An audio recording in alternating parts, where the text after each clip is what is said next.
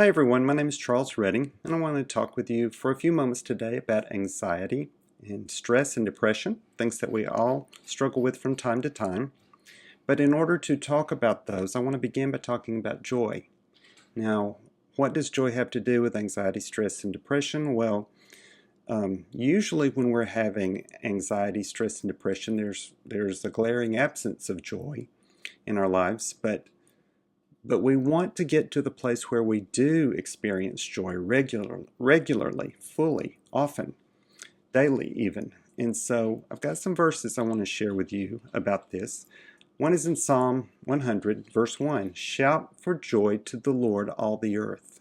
Shout for joy to the Lord, all the earth. Psalm 19, verse 1 says, The heavens declare the glory of God, the skies proclaim the work of his hands. I know you've seen them. Beautiful sunsets, beautiful sunrises, clouds, white puffy clouds rolling through a brilliantly blue sky.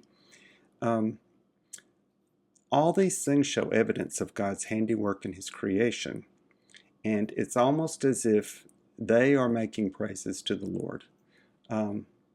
Psalm 98 verse 8 says, Let the rivers clap their hands, let the mountains sing together for joy. It's almost as if the whole earth is able to rejoice, and when we're weighted and bowed down with stress and anxiety and depression, we're not joining in with that praise to the Lord, and we don't have that joyful spirit because we're weighed down with the other things. In Luke 19:40, Jesus was talking, and he said, If these people keep quiet, the very rocks will cry out in praise to me. So all around us, we can see evidence of God and his handiwork and the beauty of nature. So I'm going to challenge you today to get out in nature if possible. Now, first of all, I'm not a wilderness buff. I love beauty, the beauty of nature. You're not likely to find me climbing a mountain by myself, but I do love the beautiful sunrises and sunsets that I see. I'm in awe of gorgeous scenery, rolling hills, bubbling brooks. I love flowers. I gained that from my grandparents who were awesome gardeners and knew everything about flowers and vegetable gardens. And so I have that love and appreciation of those things. And so I like to work in my yard some because of that. I enjoy that, and it gives me joy. We've been cooped up a lot lately, and so this last weekend, when this was taped, it's wildflower season in Texas. And so my family and I got in the car and just drove around looking for wildflowers. We saw huge fields of gorgeous poppies, bluebonnets here in Texas, and beautiful wildflowers.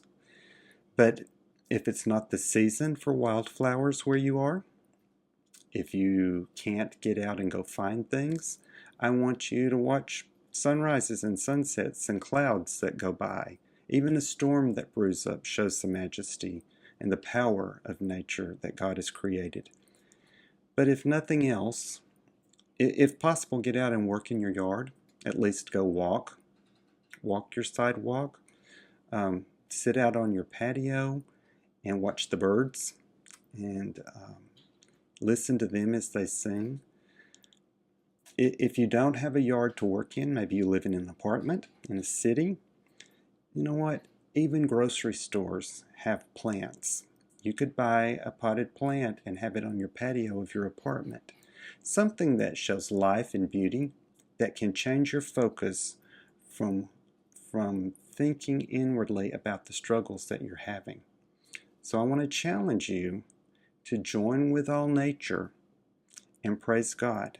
The more you can find joy and rejoice and praise God, it's going to lift your spirit, lift your mood, and help you with that anxiety, stress, and depression. That's the challenge for today. Have a good day.